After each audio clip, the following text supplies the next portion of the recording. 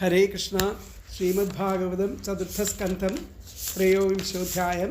ഇതിൽ 35ാമത്തെ ശ്ലോകം വരെ എടുത്തു. ബാക്കിയുള്ള ഭാഗങ്ങൾ നമുക്ക് കേൾക്കാം.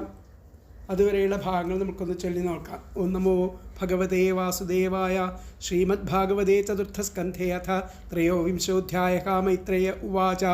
ദൃഷ്ട്വാത്മാനം പ്രവേശമേകദാ വൈന്യാത്മവാൻ ആത്മനാവർദ്ധിതാശേഷസ്വാനുസർഗപ്രജാപതിഃ ജഗതസ്ഥസ്ഥുഷശ്ചാപി വൃത്തിദോ ധർമ്മപ്രൽസതാം നിഷ്പാദിതേശ്വരാദേശോ യദർത്ഥമിഹ ജഗ്നിവാൻ ആത്മജേഷ്വാത്മജാന്യസ്യ വിരഹാദ്രുദതീമിവ പ്രജാസു വിമനസ്വേഗഃ സദാ രോഗാത്തപോവനം തത്രാപ്യദാഭ്യനിയമോ വൈഖാനസസു സമ്മതേ ആരബ്ധ ഉഗ്രതപസി യഥാ സ്വവിജയേ പുരാ കന്ദമൂലഫലാഹാര ശുഷ്കപർണാശന ക്വചിത് അഭക്ഷക്കതിൽ പക്ഷാൻ വായുഭക്ഷസ്തതഃ ഗ്രീഷ്മേ പഞ്ചതപാവീരോ വർഷാസ്വാസാരഷാൺമുനി ആകണ്ഠമഗ്നശിശിര ഉദകേ സ്ഥണ്ഡിലേശയഃ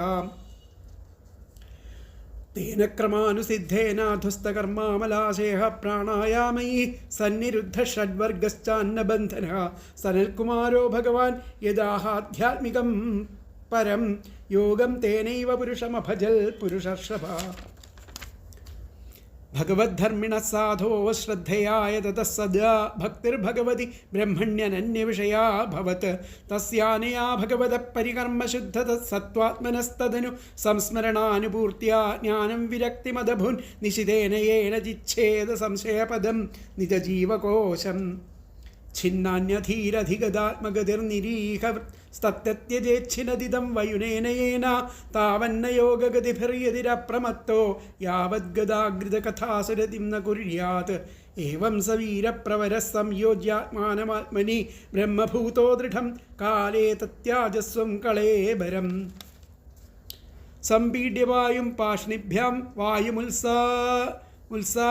ശനൈഃ നാഭ്യാം കോഷ്ഠേഷ്വസ്ഥാപ്യ ഹൃദുരകണ്ഠശീർഷണി ഉത്സർപ്പയംസ്തു തം മൂർധ്നി ക്രമേണാവേശ നിസ്പൃഹഃ വായും വായൗക്ഷിതൗ കായം തേജസ്തേജസ്യൂയുജത് ഖാന്യാകാശേ ദ്രവം തോയേ യഥാസ്ഥാനം വിഭാഗശഃ ക്ഷിതിമംഭസി തത്തേജസ്യദോ വായൗ നഭസ്യമും ഇന്ദ്രിയേഷു മനസ്താനി തന്മാത്രേഷു യഥോദ്ഭവം ഭൂതാദിനാമുന്യുൽകൃഷ്യ മഹത്യാത്മനി സന്ദധേ തം സർവഗുണവിന്യാസം ജീവേ മായാമയേന്യഥാത്തം ജാനുഷയമാത്മസ്ഥം അസാവനുഷയീ പുമാൻ ജ്ഞാന വൈരാഗ്യവീര്യേണ സ്വരൂപസ്ഥോ ജഹാത് പ്രഭു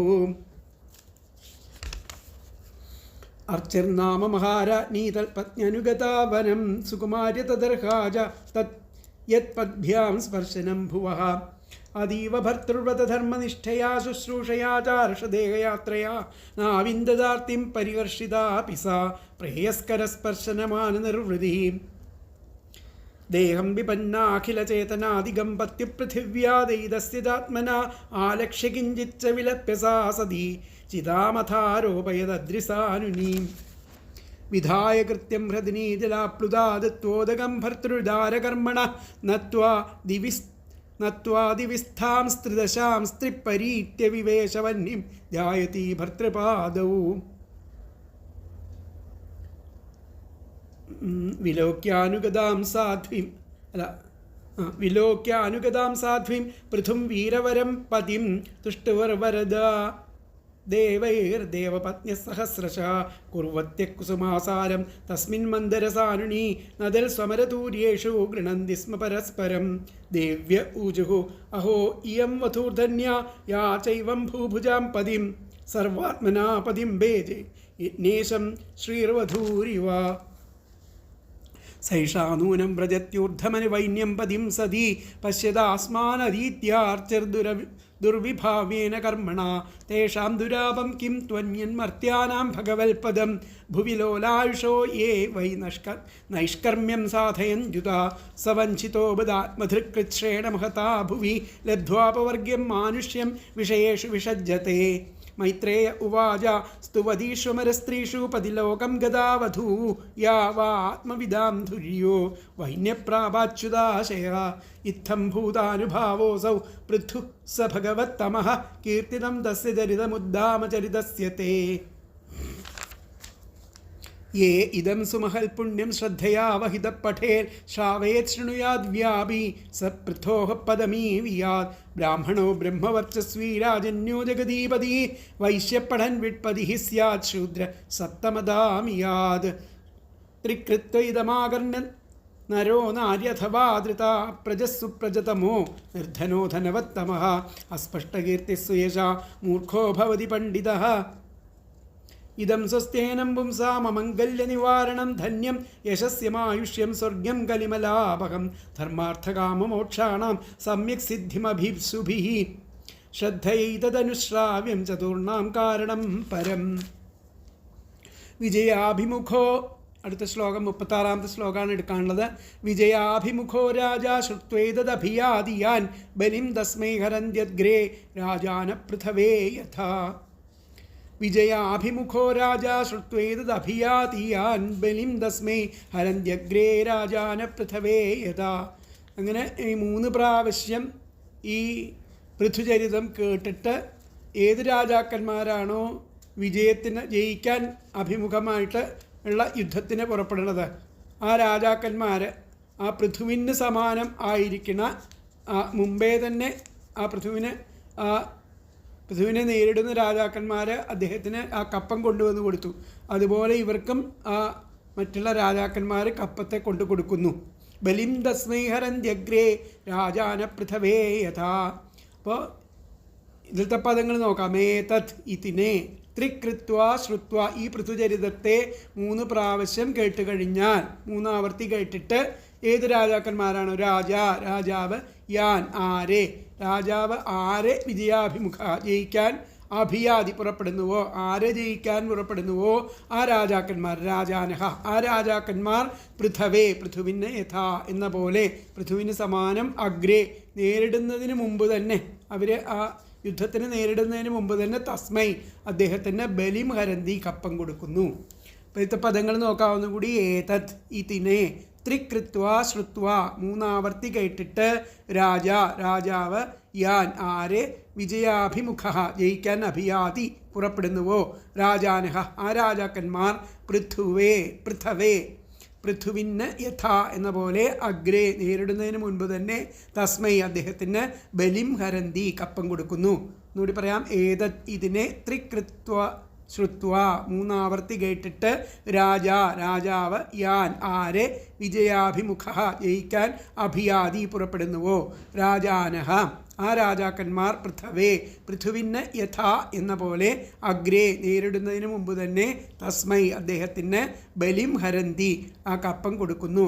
ഇത് അന്വയം വന്നിട്ട് ഏതൽ ത്രികൃത്വ രാജാ യാൻ വിജയാഭിമുഖ അഭിയാതി രാജാനഹ പൃഥവേ യഥാ അഗ്രേ തസ്മൈ ബലിം ഹരന്തി. എന്നും കൂടി പറയാം.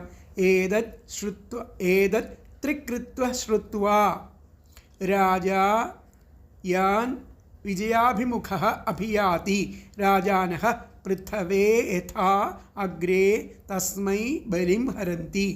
ഇതിനെ 3 ആവർത്തി ഈ പൃഥുചരിതത്തെ 3 ആവർത്തി കേട്ടിട്ട് രാജാവ് ആരെ ജയിക്കാൻ വേണ്ടി പുറപ്പെടുന്നുവോ ആ രാജാക്കന്മാർ ആ പൃഥുവിനെ എന്ന പോലെ ആ യുദ്ധം നേരിടുന്നതിന് മുമ്പ് തന്നെ അദ്ദേഹത്തിന് ആ രാജാക്കന്മാർ കപ്പം കൊടുക്കുന്നു എന്നുള്ളതാണ് ഇതിൽ പറഞ്ഞിരിക്കുന്നത്. അപ്പം ജയേച്ഛയോടെ യുദ്ധത്തിന് പുറപ്പെടുന്നതിന് മുൻപായി ഈ ചരിത്രം 3 തവണ ശ്രവണം ചെയ്യുന്നതായാൽ ശത്രുക്കൾ ആ രാജാവിന് കീഴടങ്ങുകയും പൃഥുവിന് സാമന്ത രാജാക്കന്മാർ അർപ്പിച്ചത് പോലെ ആ കപ്പം നൽകുകയും ചെയ്യുന്നു. അപ്പോൾ ഇത് കേട്ട ആ യുദ്ധത്തിന് തയ്യാറായി പോകുന്ന രാജാവ് പൃഥുവിന് സാധിച്ചതുപോലെ മറ്റെല്ലാവരിൽ നിന്നും കരം വാങ്ങാൻ സാധിക്കുന്ന നിലയിൽ ആയിത്തീരും എന്നാണ് പറയുന്നത്. അപ്പോൾ ആ ജയത്തെ ആഗ്രഹിക്കുന്ന രാജാവ് ഈ ആഖ്യാനത്തെ ശ്രവിച്ചതിന് ശേഷം ഏതു ദേശങ്ങളെ ജയിപ്പാനായിട്ട് പോകുന്നുവോ ആ ദിക്കിലെ രാജാക്കന്മാർ ആദിരാജാവായിരിക്കുന്ന പൃഥുവിൻ എന്ന പോലെ അവനായിക്കൊണ്ട് ആ കപ്പം സമർപ്പിക്കും.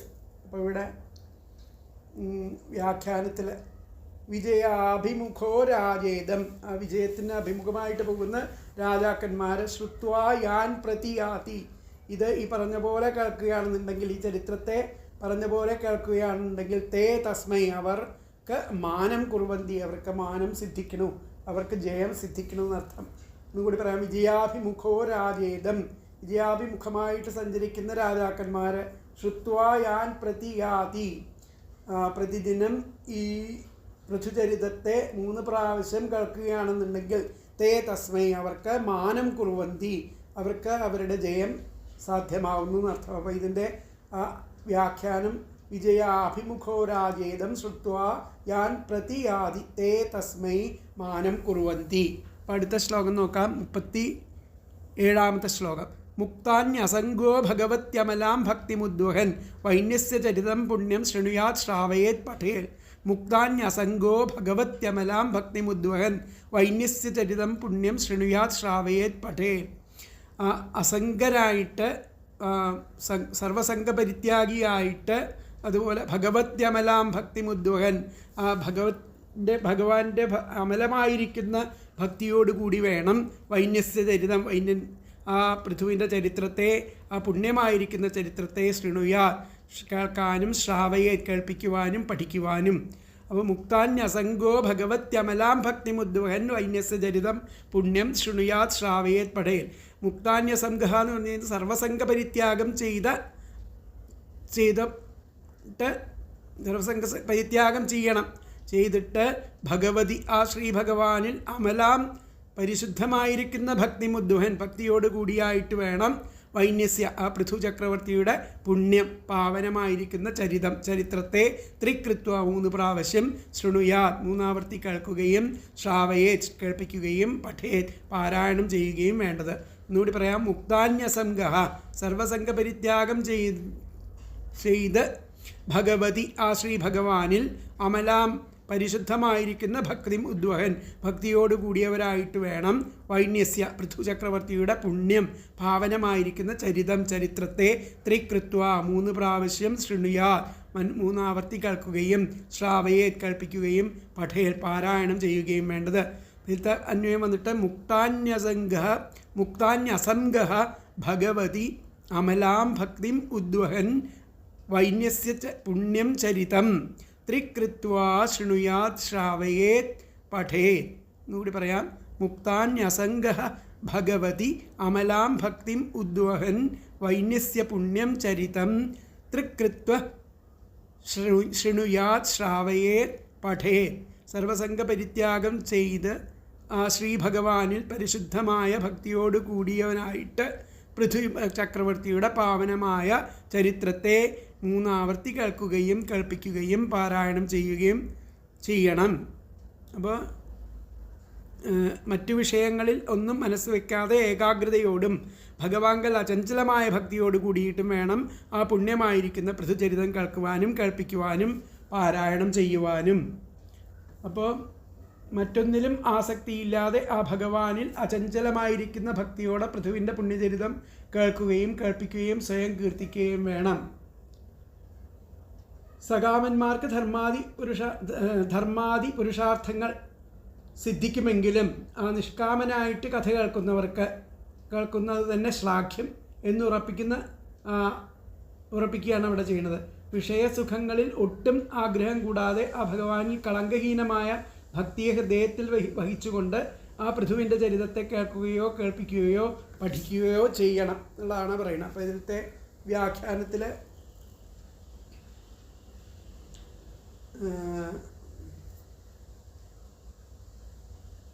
വ്യാഖ്യാനത്തിൽ പറയുന്നത് അസംഗോ ഹരൗ, അസംഗനായിട്ട് ഹരൗ ഭക്തിയും ഹരിയുടെ ഭക്തിയോട് കൂടിയിട്ട് കുർവൻ, ഹരിയിൽ പരമമായ ഭക്തിയോട് കൂടിയിട്ട് ചെയ്യുന്ന ഭഗവൻ മഹാത്മ്യസൂചകം പൃഥുചരിതം ശൃണ്വൻ, ഭഗവാന്റെ മഹാത്മ്യത്തെ സൂചിപ്പിക്കുന്ന ഈ പൃഥുചരിതം കേട്ടാൽ ശൃണ്വൻ ശ്രാവയൻ കേൾക്കണം.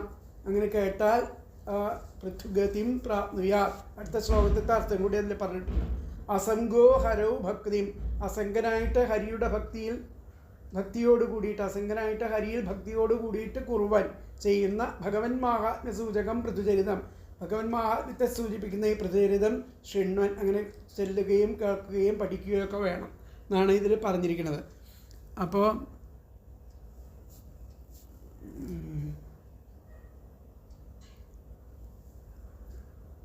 പദങ്ങൾ പറഞ്ഞു. മുക്താന്യസംഗ, സർവസംഗ പരിത്യാഗം ചെയ്ത ഭഗവതി ശ്രീഭഗവാനിൽ അമലാം പരിശുദ്ധമായിരിക്കുന്ന ഭക്തി ഉദ്വഹൻ, ഭക്തിയോടുകൂടിയ ഇതിൻ്റെ അർത്ഥം പറഞ്ഞു. അപ്പോൾ അടുത്ത ശ്ലോകം നമുക്ക് നോക്കാം. 38 വൈചിത്രവീര്യാഭിഹിതം മഹന്മാഹാത്മ്യസൂചകം അസ്മിൻ കൃതമതിർമർത്യ പാർത്ഥവീം ഗതിമാപ്നുയാത്. അപ്പോൾ ഇവിടെ മുക്താന്യസംഗ ഭഗവതി അമലാം ഭക്തിം ഉദ്വഹൻ വൈന്യസ്യ പുണ്യം ചരിതം ത്രികൃത്വ ശൃണുയാത് ശ്രാവയേത് പഠേത് എന്നുള്ളതാണ് അന്വയം വരുന്നത്. സർവസംഗപരിത്യാഗം ചെയ്ത മുക്താന്യസംഗ ഭഗവതി, ആ ശ്രീഭഗവാനിൽ അമലാം പരിശുദ്ധമായിരിക്കുന്ന ഭക്തിം ഉദ്വഹൻ, ഭക്തിയോട് കൂടിയിട്ട് വേണം വൈന്യസ്യ പൃഥുചക്രവർത്തിയുടെ പാവനമായിരിക്കുന്ന ചരിതത്തെ ത്രികൃത്വ 3 ആവർത്തി കേൾപ്പിക്കുകയും പാരായണം ചെയ്യുകയും വേണ്ടത്. അപ്പോൾ മുക്താന്യസംഗ ഭഗവതി അമലാം ഭക്തിം ഉദ്വഹൻ വൈന്യസ്യ പുണ്യം ചരിതം ത്രികൃത്വ ശൃണുയാത് ശ്രാവയേത് പഠേൽ കഴിഞ്ഞ ശ്ലോകത്തിൽ പറഞ്ഞു. അടുത്ത ശ്ലോകത്തിൽ അത് വൈചിത്രവീര്യാഭിഹിതം, എങ്ങനെയുള്ളതാണ് അല്ലയോ വൈചിത്രവീര്യനായിരിക്കുന്ന വിതുര, ഈ പൃഥുചരിതം ഭഗവൻ മാഹാത്മ്യത്തെ സൂചിപ്പിക്കുന്നതാണ്. മഹന്മാഹാത്മ്യ സൂചകം അസ്മിൻ, ഇത് കൃതമതിർമർത്യ, ആരാണോ വളരെ മനസ്സർപ്പിച്ചുകൊണ്ട്, ആരാണോ ഏത് മർത്യനാണോ ഇത് 3 പ്രാവശ്യം വായിക്കുന്നത്, പാരായണം ചെയ്യുന്നത്, കേൾപ്പിക്കുന്നത്, പഠിക്കുന്നതൊക്കെ ചെയ്യുന്ന അവരെ പാർത്ഥവീം, ആ പൃഥുവിൻ്റെ ഗതിം ആപ്നുയാ, ഗതിയെ പ്രാപിക്കുന്നു എന്നർത്ഥം. വൈചിത്രവീര്യാഭിഹിതം മഹന്മാഹാത്മ്യസൂചകം അസ്മിൻ കൃതമതിർമർത്യ പാർത്ഥവീം ഗതിം ആപ്നുയാ. ഹേ വൈചിത്രവീര്യ, അല്ലയോ വിതുര, മഹന്മാഹാത്മ്യസൂചകം എന്ന് പറഞ്ഞാൽ ഭഗവൻ മാഹാത്മ്യത്തെ പ്രതിപാദിപ്പിക്കുന്നത്. അഭിഹിതം പറയപ്പെട്ടു, പറയപ്പെടുന്ന ആ പൃഥുചരിതത്തെ പറയപ്പെട്ടു. അസ്മിൻ ഇതിൽ കൃതമധി മനസ്സർപ്പിക്കുന്ന മർത്യ മനുഷ്യൻ പാർത്ഥവീം പൃഥുവിൻ്റേതായിരിക്കുന്ന അതേ ഗതിയെ ആപ്നുയാത് പ്രാപിക്കുകയാണ് ചെയ്യുന്നത്. ഹേ വൈചിത്രവീര്യ, അല്ലയോ വിതുര, മഹന്മാഹാത്മ്യസൂചകം ഭഗവൻ മാഹാത്മ്യത്തെ പ്രതിപാദിക്കുന്നതായിരിക്കുന്ന ഈ ചരിതം അഭിഹിതം പറയപ്പെട്ടു കഴിഞ്ഞു. അസ്മിൻ ഇതിൽ കൃതമധി മനസ്സർപ്പിക്കുന്ന മർത്യ മനുഷ്യൻ പാർത്ഥവീം പൃഥുവിൻ്റേതായിരിക്കുന്ന അതേ ഗതിയെ ആപ്നുയാൽ പ്രാപിക്കുന്നു. ഇതിലത്തെ അന്വയം വന്നിട്ട് ഹേ വൈചിത്രവീര്യ ഭഗവൻ മാഹാത്മ്യസൂചകം അല്ലെങ്കിൽ മഹന്മാഹാത്മ്യസൂചകം അഭിഹിതം അസ്മിൻ കൃതമധി മർത്യ പാർത്ഥവീം ഗതിം ആപ്നുയാത്. എന്നുകൂടി പറയാം. ഹേ വൈചിത്രവീര്യ മഹന്മാഹാത്മ്യസൂചകം അഭിഹിതം അസ്മിൻ കൃതമതി മർത്യ പാർത്ഥവീം ഗതിം ആപ്നുയാത്. അല്ലയോ വിതുര, ആ ഭഗവൻ മഹാത്മ്യത്തെ പ്രതിപാദിക്കുന്നതായിട്ട് ഉള്ള ഈ പൃഥുചരിതത്തെ പറയപ്പെട്ടു കഴിഞ്ഞു. ഇതിൽ മനസ്സർപ്പിക്കുന്ന മനുഷ്യൻ ആ പൃഥുവിൻ്റെ അതായിരിക്കുന്ന ഗതിയെ പ്രാപിക്കുന്നു. അല്ലയോ വൈചിത്ര വീര്യപുത്രനായിരിക്കുന്ന വിതുര, ഭഗവാൻ മഹാവിഷ്ണുവിൻ്റെ പ്രഭാവത്തെ പ്രകാശനം ചെയ്യുന്ന ഈ പൃഥുചരിതം അങ്ങയ്ക്ക് പറഞ്ഞു തന്നു. ഈ ചരിത്രത്തിൽ തന്നെ മനസ്സുറപ്പിക്കുന്ന മനുഷ്യൻ പൃഥുവിൻ്റെ അതേ ഗതിയെ തന്നെ പ്രാപിക്കുന്നു. അപ്പോൾ വിതുര, ഭഗവൻ മഹിമ സൂചിപ്പിക്കുന്ന ഈ ചരിതം ഞാൻ പറഞ്ഞു കഴിഞ്ഞു. ഇതിൽ മനസ്സ് വയ്ക്കുന്നവൻ പൃഥുവിൻ്റെ ഗതിയെ തന്നെ പ്രാപിക്കുന്നു. വിചിത്ര വീര്യകുലജാതനായിരിക്കുന്ന വിതുര, മഹാന്മാരുടെ മാഹാത്മ്യം ഇപ്രകാരം ആണെന്ന് സൂചിപ്പിക്കുന്ന പൃഥുചരിതം ഞാൻ അങ്ങയോട് പറഞ്ഞു കഴിഞ്ഞു. ശ്രവണാദികൾ നിമിത്തം ഇതിൽ മനസ്സിരുത്തുന്നവർ ആരായിരുന്നാലും വേണ്ടില്ല, ആ മനുഷ്യമാത്രനായിരിക്കുന്ന അവൻ ആ പൃഥുവിന് ലഭിച്ചതായിരിക്കുന്ന ആ വൈകുണ്ഠം ലഭിപ്പാൻ അർഹനായിട്ട് ഭവിക്കുന്നു എന്നുള്ളതാണ് ശ്ലോകത്തിൽ പറഞ്ഞിരിക്കുന്നത്. അപ്പോഴത്തെ ആ വ്യാഖ്യാനത്തിൽ ഇതം പുണ്യം യപ്പഠേൽ ശ്രുയാ ശ്രാവയേത് വാ, ഇപ്രകാരമുള്ള ഈ പുണ്യമായിരിക്കുന്ന പൃഥുചരിതത്തെ ഇത് പറയാം. കുറുവന്തി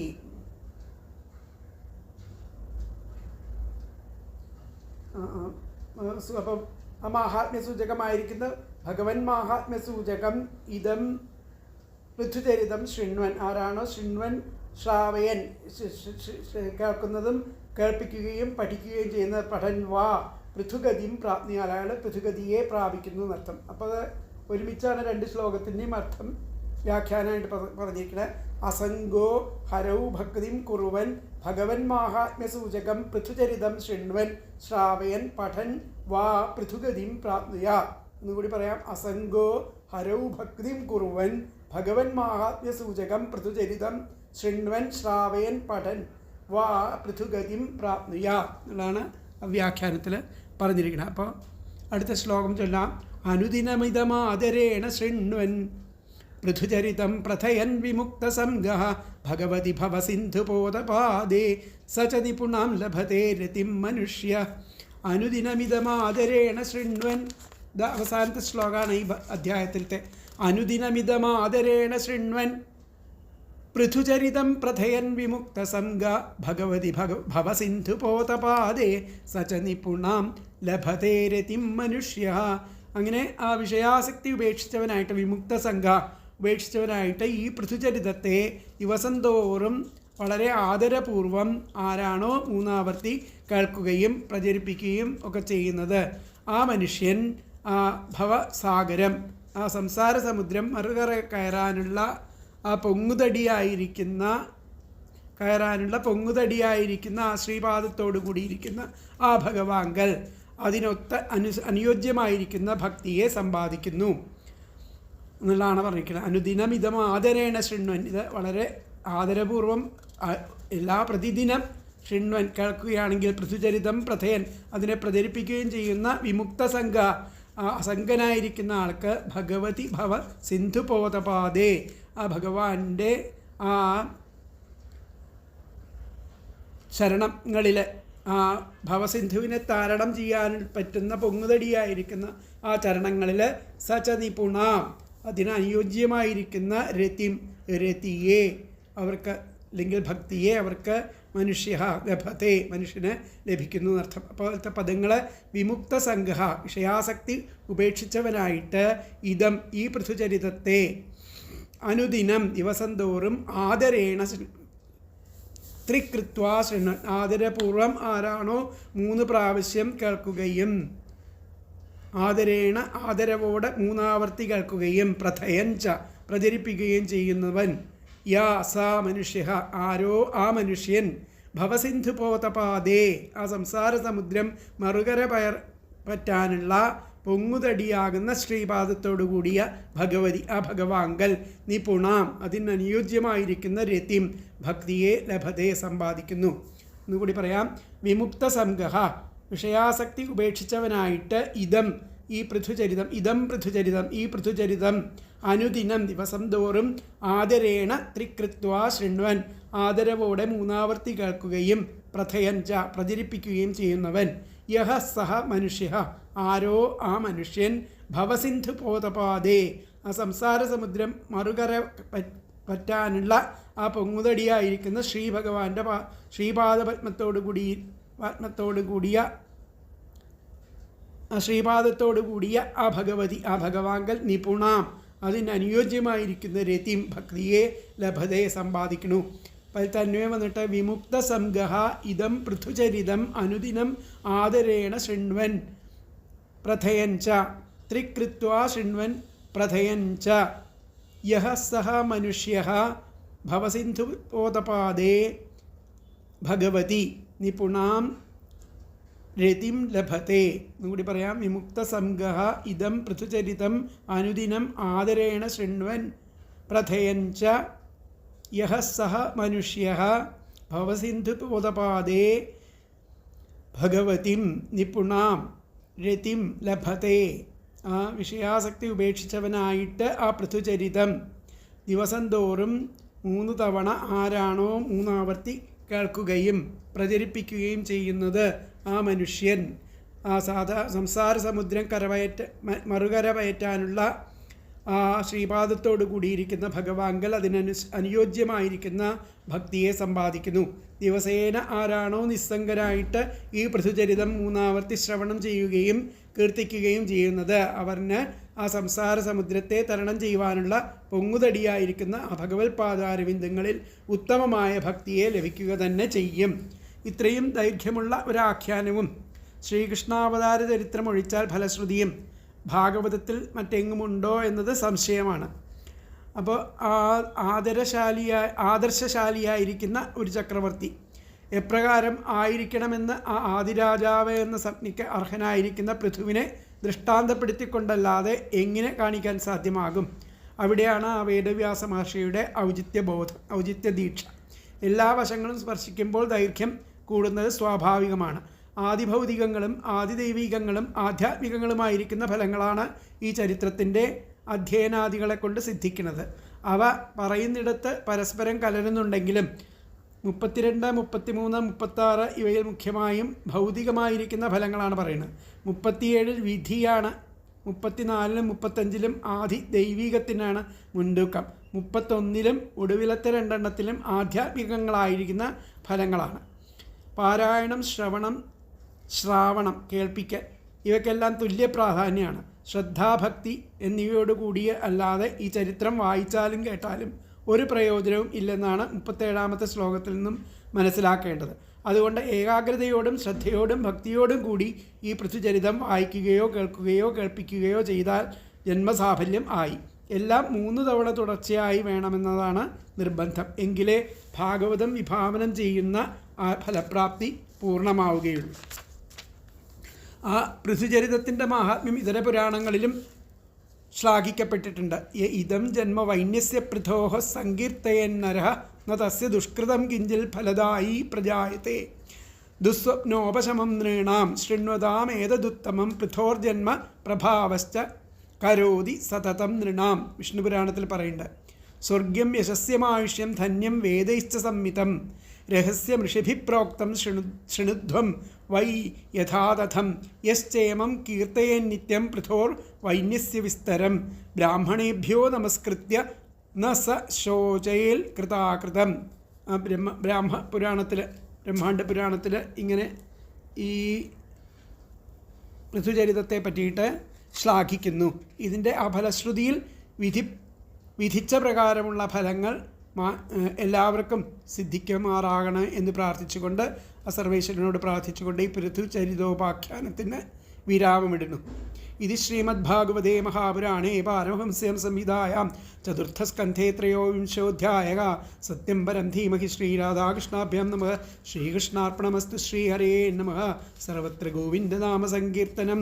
ഗോവിന്ദ ഗോവിന്ദ. 23ാമത്തെ അധ്യായം 39 ശ്ലോകങ്ങളോട് കൂടിയിട്ട് ഇവിടെ അവസാനിക്കുകയാണ് ചെയ്യുന്നത്. അപ്പോൾ ഏതൊരു മനുഷ്യൻ അന്യവിഷയത്തിൽ ആഗ്രഹം വയ്ക്കാതെ നിരന്തരം ഈ പൃഥുചരിതം കേൾക്കുകയോ വിസ്തരിച്ച് അർത്ഥം പറഞ്ഞു കേൾപ്പിക്കുകയോ ചെയ്യുന്നുവോ അവൻ ആ സംസാര സമുദ്രത്തെ കടത്തിവിടുന്ന ആ പാതാരവിന്ദങ്ങളോടുകൂടിയ ഭഗവാനിൽ ജനന മരണാദി ദുഃഖങ്ങളെ നശിപ്പിക്കുവാൻ തക്ക ശക്തിയോടുകൂടിയ ആ പരമപ്രീതി ലക്ഷണമായിരിക്കുന്ന ഭക്തിയെ പ്രാപിക്കുന്നു. ഏതൊരു മനുഷ്യൻ അസക്തിശൂന്യനായിട്ട് ഈ പൃഥുവിൻ്റെ ചരിതം ദിവസം തോറും ശ്രദ്ധയോടെ കേൾക്കുകയും കീർത്തിക്കുകയും ചെയ്യുന്നു, അയാൾ ആ സംസാര സമുദ്രം കടത്തുന്ന തോണിയായിരിക്കുന്ന ഭഗവാനിൽ ദൃഢമായ ഭക്തിയെ പ്രാപിക്കുന്നു. അപ്പോൾ അതിലത്തെ വ്യാഖ്യാനം വന്നിട്ട് അപ്പോൾ ഇതം പൃഥുചരിതം, ഈ പൃഥുചരിതം പ്രതിദിനം ആരാണോ ദിനം പ്രതി ഭക്തിയാ ശൃണ്വൻ ഭഗവതി, ആ ഭക്തിയോടുകൂടി കേൾക്കുന്നത് അയാൾ ഭഗവതി, ആ ഭഗവാനിൽ രതിം ലഭത്തെ, അയാൾക്ക് ഭഗവാനിൽ ഭക്തി ലഭിക്കുന്നു. അപ്പോൾ ഇതം പൃഥുചരിതം പ്രതിദിനം ഭക്തിയാ ശൃണ്വൻ, ഈ പൃഥുചരിതത്തെ ദിവസം പ്രതി ഭക്തിയോടുകൂടിയിട്ട് കേൾക്കുന്നവന് ഭഗവാനിൽ രതി ലഭത്തെ, ഭഗവാനിൽ ഭക്തിയുണ്ടാവുന്നു. ഇതം പൃഥുചരിതം പ്രതിദിനം ഭക്തിയാ ശൃണ്വൻ ഭഗവതി രതിം ലഭതേ പറഞ്ഞുകൊണ്ട് ഇത് ശ്രീമദ് ഭാഗവതേ ചതുർത്ഥസ്കന്ധേ 3-വിംശോऽധ്യായഃ. 23ാമത്തെ അധ്യായം അവിടെ അവസാനിക്കുന്നു. ബാക്കിയുള്ള ഭാഗങ്ങൾ അടുത്ത ക്ലാസ്സിൽ കേൾക്കാം. ഹരേ കൃഷ്ണ.